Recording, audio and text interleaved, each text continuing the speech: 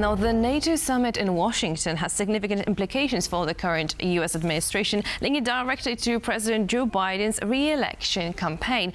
Now, the first day of the summit was crucial in either reinforcing Biden's leadership credentials or amplifying concerns about his capacity to manage international alliance effectively. Now, joining us to tell us more about this particular topic is Mr. Joshua Burgin from Warsaw Security Forum. Hello, Josh. Welcome to TVP World again. Good morning. Thank you for having me. So a lot of questions we have, like burning questions that needs to be answered. First of all, my question would be, well, 2024 is the year of elections. We've seen a lot of political shakeups, a lot of different parties coming into power, the structural changes, and we have November coming up real soon. Do you think all these political discussions and maneuvering would detract from some of the discussions that should be taking place in the NATO summit right now? Well, let's face it, the NATO Summit, the format that convenes world leaders, is the very nature of it is for communication.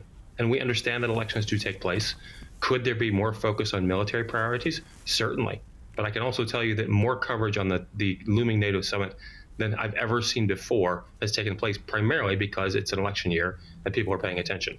That said, watching the White House feed last night, there was about 1,600 people on it. So despite all the sort of media blurbs, the 30-second sound bites, this and that, I don't think that middle Americans were paying much attention. And now I want to move on to President Biden himself. How do you assess President Biden's performance on the first day of the NATO summit?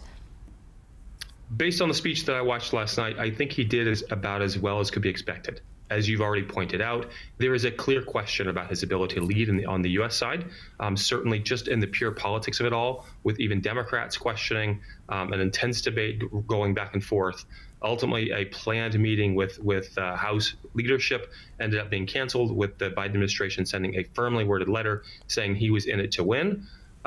Nevertheless, it has gone from simply being sort of the political class having discussions to the business class. Bill Ackman, Ray Dalio, both of these and others in the sort of punditry, sort of comedic class raising questions. So I don't think that the Biden administration or the Biden presidency in terms of its campaign is out of the woods just yet.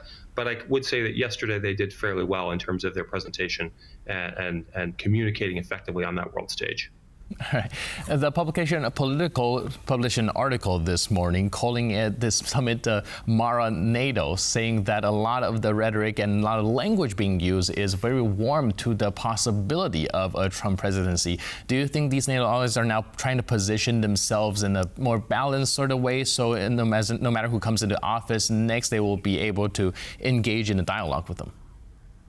I have consistently said to European allies and friends that would listen that it is important to maintain positive relationships with Republicans, Democrats, and anybody who would potentially be in positions of power.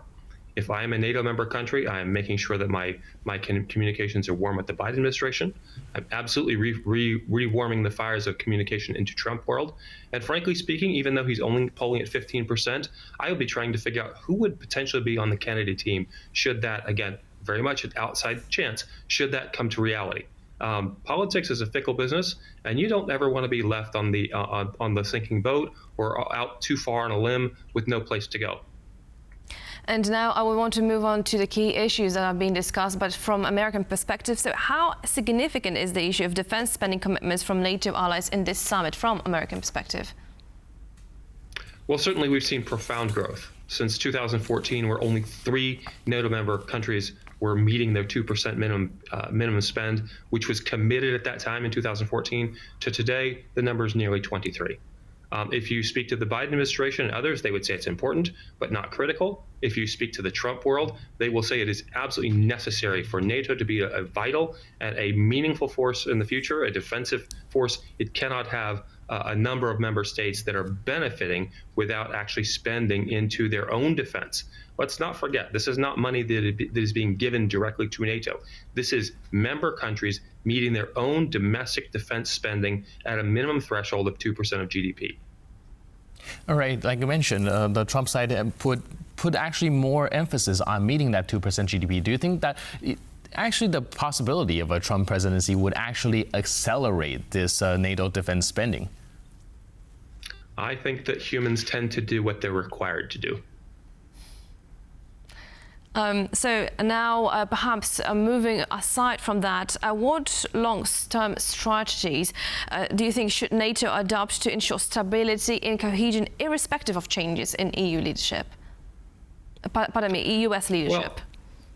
Well, let's think about NATO in sort of a historic context. In the pre-Ukraine war, this current iteration of Ukraine war, there was a lot of hand-wringing. What is the purpose of NATO? What is its future, etc. In this current context, there is a clear conflict. And if we look more generally, the increased alignment of cooperation between Russia, China, North Korea, and Iran, I believe gives NATO purpose for many years to come. Is there going to be divisions among that leadership? Absolutely. Nevertheless, I think it is the fundamental, it is the only way forward to create a defensive posture for the Western Hemisphere, the North Atlantic Alliance for sure. And so at the end of the day, it is incumbent on these leaders to find ways to cooperate, find ways to increase back channels of communication, find ways to meet their minimum spending, and probably to go beyond. I think Poland is to be commended as it is on track this year to spend something like nearly 4% in GDP. Other ally member countries have as well. And those who remain stubbornly below the minimum 2% really need to pick up the game. All right, going to that number you just mentioned earlier, that only 1,600 people across America is watching the live stream, I do find that alarming. Do you think that the American populace generally understand how important that spending is? And do you think maybe the lack of this information being spread would come as a hindrance in the electorate kind of, well, being deterred from some of these additional spending? So I wouldn't be deeply concerned about this. Any given day, if you watch the number of people watching the live streams out of Congress, you're in most cases not going to see anything much different unless it's a particularly high profile thing. This is at least one or two steps removed from our sort of directly elected political leadership. And while it was getting coverage in sort of all the mainstream outlets in this, with the 15 to 30 second soundbite, this is not something that average Americans are watching. Yes, I do think this is a concern.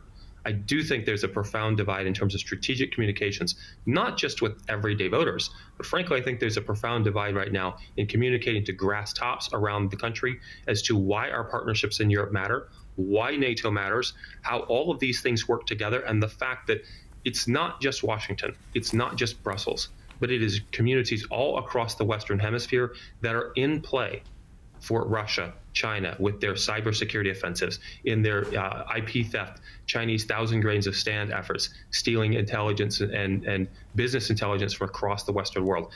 Every single community, from the smallest to the largest, is in play today, unlike sort of, let's say, the 1970s or 80s, where it was only national capitals and major cities.